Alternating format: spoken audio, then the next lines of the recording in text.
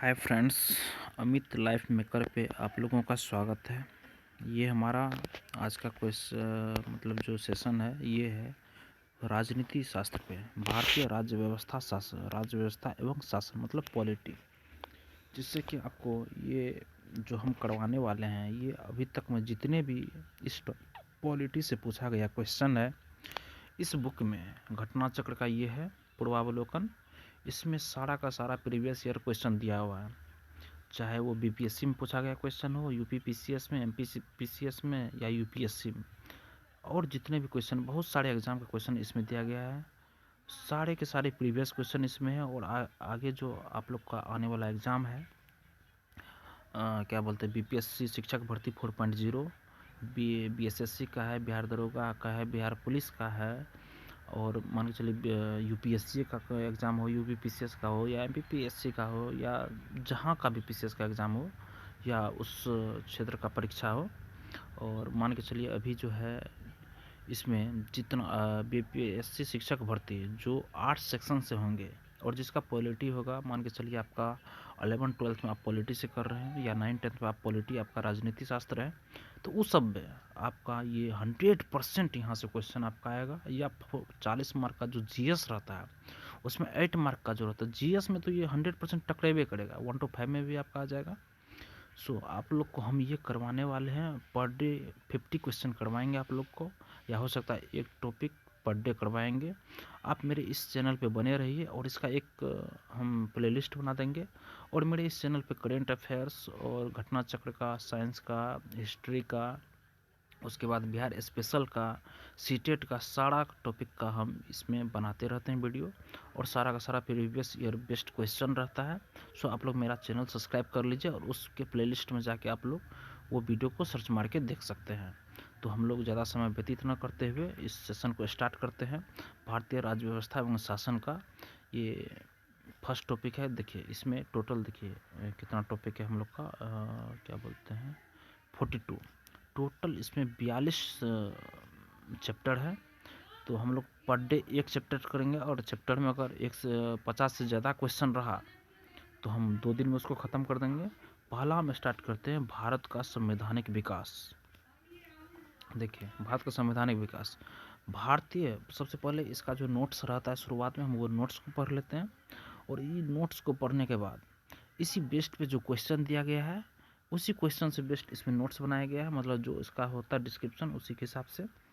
तो हम पहले ये नोट्स पढ़ लेते हैं। नोट्स पढ़ने के बाद जितने सारे इसमें क्वेश्चन दिए हुए हैं सारे क्वेश्चन को हम तुरंत हल कर लेंगे, तो आप लोग का ये रिकॉल हो जाएगा, और जितना ज़्यादा हो सकता है उतना आप इसको जितना बार देखेगा वीडियो को उतना आप लोग को ज़्यादा ये कंठस्थ हो जाएगा।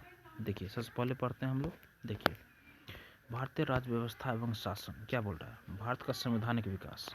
भारत का संवैधानिक विकास कैसे हुआ कि ईस्ट इंडिया कंपनी के शासन हेतु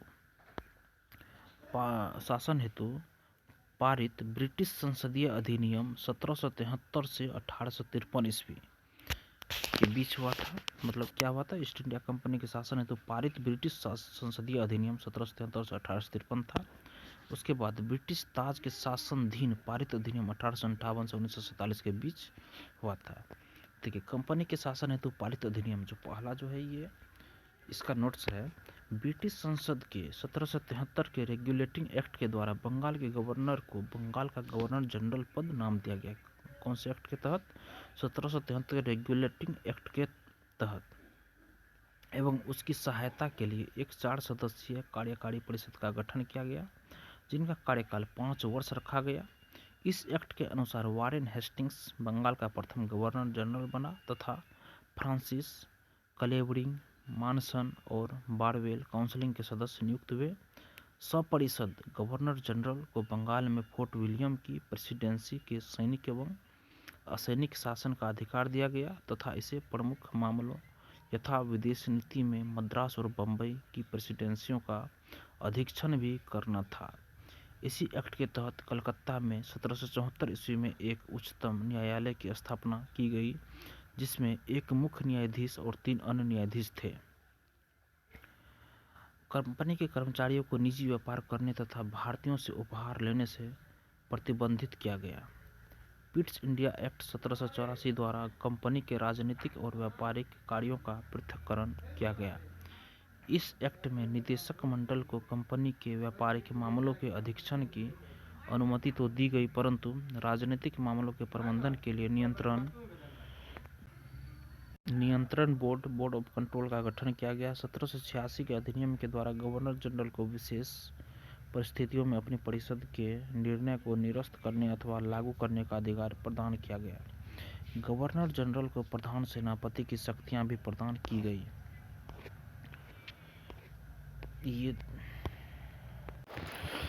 ये दोनों अधिकार सर्वप्रथम लॉर्ड कॉर्नवालिस ने प्राप्त किए। 1793 के चार्टर एक्ट के अंतर्गत कंपनी के अधिकारों को 20 वर्ष के लिए बढ़ा दिया गया।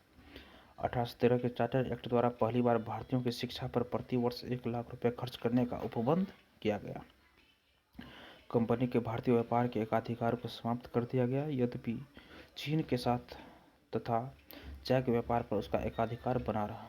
1833 के चार्टर एक्ट द्वारा बंगाल के गवर्नर जनरल को संपूर्ण भारत का गवर्नर जनरल बना दिया गया। इस चार्टर एक्ट की धारा 87 के अनुसार कोई भी भारतीय केवल धर्म, जनसंस्थान, वंश और वर्ण के आधार पर सरकारी सेवा के लिए अयोग्य नहीं समझा जा सकता था। देश की शासन प्रणाली का केंद्रीकरण कर दिया गया। लॉर्ड विलियम बेंटिक भारत का प्रथम गवर्नर जनरल था।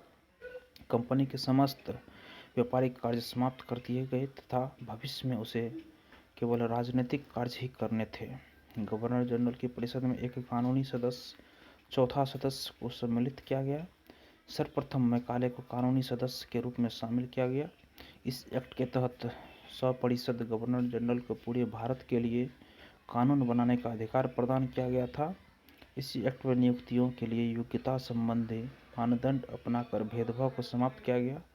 1853 के चार्टर एक्ट द्वारा विधायी शक्तियों को कार्यपालिका शक्तियों से पृथक करने की व्यवस्था की गई। विधि निर्माण हेतु भारतीय केंद्रीय विधान परिषद की स्थापना की गई। सिविल सेवकों की भर्ती एवं चयन हेतु खुली प्रतियोगिता का शुभारंभ किया गया। देखिए, प्रश्न कोश में पहला क्वेश्चन है, निम्नलिखित में से किस अधिनियम में कलकत्ता में सर्वोच्च न्यायालय की स्थापना का प्रावधान किया गया? तो पहला नंबर ऑप्शन सही है, रेगुलेटिंग एक्ट 1773। व्याख्या है इसका। 1773 के रेगुलेटिंग एक्ट में कलकत्ता में सर्वोच्च न्यायालय की स्थापना का प्रावधान किया गया था, जिसकी स्थापना 1774 में की गई। सर एलिजा इम्पे इसके प्रथम मुख्य न्यायाधीश थे। 2 नंबर क्वेश्चन है, सर्वोच्च न्यायालय की स्थापना के संबंध में निम्नलिखित में से कौन से कथन सही है? तो देखिए, इसका कथन सही होगा 1 नंबर ऑप्शन सही होगा, केवल 1। कलकत्ता में सर्वोच्च न्यायालय की स्थापना 1773 के रेगुलेटिंग एक्ट के द्वारा की गई थी, यही सही है। लेमेस्टर इस न्यायालय के प्रथम मुख्य न्यायाधीश थे, गलत है। सर एलिजा इम्पे प्रथम मुख्य न्यायाधीश थे। इसके बाद है, सूची फर्स्ट तथा सूची सेकंड को सम्मिलित कीजिए तथा सूचियों के नीचे दिए गए कूट से सही उत्तर का चयन कीजिए। ये पहला है सूची फर्स्ट, सूची सेकंड। इसका आंसर देख लेते हैं, बी नंबर ऑप्शन सही है। देखिए, नियंत्रण परिषद की स्थापना। नियंत्रण परिषद की स्थापना कब हुई थी? पिट्स का भारतीय अधिनियम 1784 अधिनियम के अंतर्गत नियंत्रण परिषद की स्थापना हुई थी। उसके बाद सर्वोच्च न्यायालय की स्थापना नियामक अधिनियम 1773 के अंतर्गत हुई थी। उसके बाद इंग्लिश मिशनरियों को भारत में कार्य करने की अनुमति कब दी गई थी? चार्टर अधिनियम 1813 में। डी नंबर ऑप्शन है, गवर्नर जनरल की परिषद में कानूनी सदस्य की नियुक्ति कब हुई थी? तो चार्टर अधिनियम 1833 में हुई थी। नियामक अधिनियम रेगुलेटिंग एक्ट 1773 सर्वोच्च न्यायालय सुप्रीम कोर्ट की स्थापना। पिट्स का भारतीय अधिनियम 1784 नियंत्रण परिषद बोर्ड ऑफ कंट्रोल की स्थापना। चार्टर अधिनियम 1813 इंग्लिश मिशनरियों को भारत में कार्य करने की अनुमति तथा चार्टर अधिनियम 1833 गवर्नर जनरल की परिषद में कानूनी सदस्य की नियुक्ति से संबंधित है।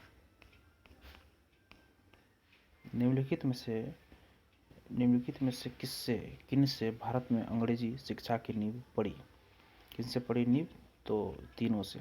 1813 के चार्टर एक्ट से, general committee of public instructions 1827 में, प्राच्यविद एवं आंग्लविद विवाद, ये तीनों से। देखिए, ईस्ट इंडिया कंपनी ने ओरिएंटल शिक्षा की प्रचलित प्रणाली को हतोत्साहित किया तथा पश्चिमी शिक्षा और अंग्रेजी भाषा को बढ़ावा दिया। 1813 के चार्टर अधिनियम में भारत में शिक्षा के प्रसार के लिए प्रतिवर्ष 1 लाख रुपए खर्च करने के प्रावधान को अपनाया गया। 1827 ईस्वी में general committee of public instructions का गठन किया गया, जिसकी जिम्मेदारी शिक्षा के लिए 1 लाख रुपये देने की थी। समिति में 10 यूरोपीय सदस्य शामिल थे, जिसके अध्यक्ष लॉर्ड मैकाले थे। इसके बाद governor general Lord William Cavendish Bentinck 1828 से 35 के शासनकाल में 7 मार्च 1835 को लॉर्ड मैकाले के प्रस्ताव को स्वीकृत कर भारत में अंग्रेजी को उच्च शिक्षा का माध्यम मान लिया गया। भारत में आंग्ल शिक्षा के समर्थकों के नेता ट्रेविलियन थे, जबकि H.T. प्रिंसेप प्राच्य शिक्षा के समर्थकों के नेतृत्वकर्ता थे। 5 नंबर क्वेश्चन है, किस अधिनियम के द्वारा ब्रिटिश संसद ने चाय और चीन के साथ व्यापार को छोड़कर ईस्ट इंडिया कंपनी के भारत के साथ व्यापारिक एकाधिकार को समाप्त कर दिया था? तो 1813 का चार्टर अधिनियम के तहत 1813 के चार्टर अधिनियम के माध्यम से ब्रिटिश संसद ने चाय और चीन के साथ व्यापार को छोड़कर ईस्ट इंडिया कंपनी के भारत के साथ व्यापारिक एकाधिकार को समाप्त कर दिया था, जबकि 1833 चार्टर अधिनियम द्वारा कंपनी के समस्त व्यापारिक कार्य समाप्त कर दिए गए तथा भविष्य में कंपनी को केवल राजनीतिक कार्य ही करने थे। 5 नंबर क्वेश्चन है 6 नंबर क्वेश्चन है, चार्टर एक्ट 1813 के संबंध में निम्नलिखित कथनों पर विचार कीजिए। तो इसमें से कौन से कथन सही है? तो देखिए, इसने भारत में ईस्ट इंडिया कंपनी के व्यापार एकाधिपत्य को चाय का व्यापार तथा चीन के साथ व्यापार को छोड़कर समाप्त कर दिया। इसने कंपनी द्वारा अधिकार में लिए गए भारतीय राज्य क्षेत्रों पर ब्रिटिश राज कराउन की संप्रभुता को सुदृढ़ कर दिया। ये दोनों सही होगा। और भारत का राजस्व अब ब्रिटिश संसदीय नियंत्रण में आ गया था, ये गलत है। चार्टर एक्ट 1813 द्वारा ब्रिटिश ईस्ट इंडिया कंपनी का व्यापारिक एकाधिकार चीन और चाय के व्यापार पर एकाधिकार समाप्त कर दिया गया। साथ ही इस एक्ट के माध्यम से कंपनी द्वारा अधिकृत भारतीय राज्य क्षेत्रों पर ब्रिटिश क्राउन की संप्रभुता को सुदृढ़ भी किया गया। इस एक्ट से हालांकि कंपनी को आगे 20 वर्ष के लिए इन क्षेत्रों का अधिकार और राजस्व सौंपा गया, तथापि यह ब्रिटिश क्राउन की संप्रभुता के प्रतिकूल नहीं होना था। इस प्रकार प्रश्नगत कथन 1 और 2 सही है, परंतु कथन 3 सही नहीं है, क्योंकि भारत का राजस्व 1858 ईस्वी के अधिनियम द्वारा ब्रिटिश संसद के सीधे नियंत्रण में लाया गया, जब ब्रिटिश कैबिनेट मंत्री के अधीन सेक्रेटरी ऑफ स्टेट का पद बना तथा विशेषकर राजस्व प्रशासन में उसकी सहायता के लिए काउंसिल ऑफ इंडिया का गठन किया गया। 7 नंबर क्वेश्चन है, किस अधिनियम ने भारतवासियों को अपने देश के प्रशासन में कुछ हिस्सा लेना संभव बनाया? तो चार्टर एक्ट 1833। चार्टर एक्ट 1833 की धाराओं में सबसे महत्वपूर्ण धारा संख्या 87 थी, जिसमें यह कहा गया था कि किसी भी भारतीय अथवा क्राउन की देशज प्रजा को अपने धर्म, जन्म स्थान, वंशानुक्रम, वर्ण अथवा इनमें से किसी एक कारणवश कंपनी के अधीन पद अथवा सेवा का अयोग्य नहीं माना जा सकेगा। कालांतर में राजनीतिक आंदोलन में 1833 एक्ट की यह धारा प्रशासन में भागीदारी हेतु मुख्य आधार बनी। तो ये इसका टॉपिक था, मतलब कि राजनीति विज्ञान का पहला टॉपिक जो हम लोग का था, ये ख़त्म हो गया। और इसका अगला नेक्स्ट आने वाले क्लास में सेकंड टॉपिक पढ़ेंगे, जो कि है आपको कंपनी के शासन हेतु पारित अधिनियम, ये कर लिए। ब्रिटिश ताज के शासन पारित अधिनियम, ये भी कर लिए। अब होगा सेकंड टॉपिक हम लोग का संविधान सभा एवं संविधान निर्माण प्रक्रिया। संविधान सभा एवं संविधान निर्माण प्रक्रिया नहीं सॉरी देखिए, इसके अंतर्गत 2 टॉपिक था। कंपनी के शासन हेतु पारित अधिनियम, ये किए हैं। और सेकंड नंबर है इसका सबसेक्शन में ब्रिटिश ताज के शासनाधीन पारित अधिनियम, ये कल इसको करेंगे। आज शुरुआत किए हैं तो थोड़ा सा कम ही हुआ। तो आप लोग इस वीडियो के साथ बने रहिए और मेरे चैनल को सब्सक्राइब कर लीजिए। क्या है कि इस चैनल पे बहुत सारा टॉपिक हम दे रहे हैं। अगर आप ये पूरा कर लेते तो आपको जनरल कंपटीशन का किसी भी एग्ज़ाम में 100% क्वेश्चन बना के आएंगे, इस बात की गारंटी है। तो आप लोग पहले ये राज व्यवस्था कीजिए। पॉलिटी घटना चक्र का पूछा गया क्वेश्चन है। घटना चक्र एक बहुत ही फेमस बुक है, जिसके अंतर्गत सारे क्वेश्चन बहुत ही अच्छे तरीके से दिए जाते हैं। So thank you guys.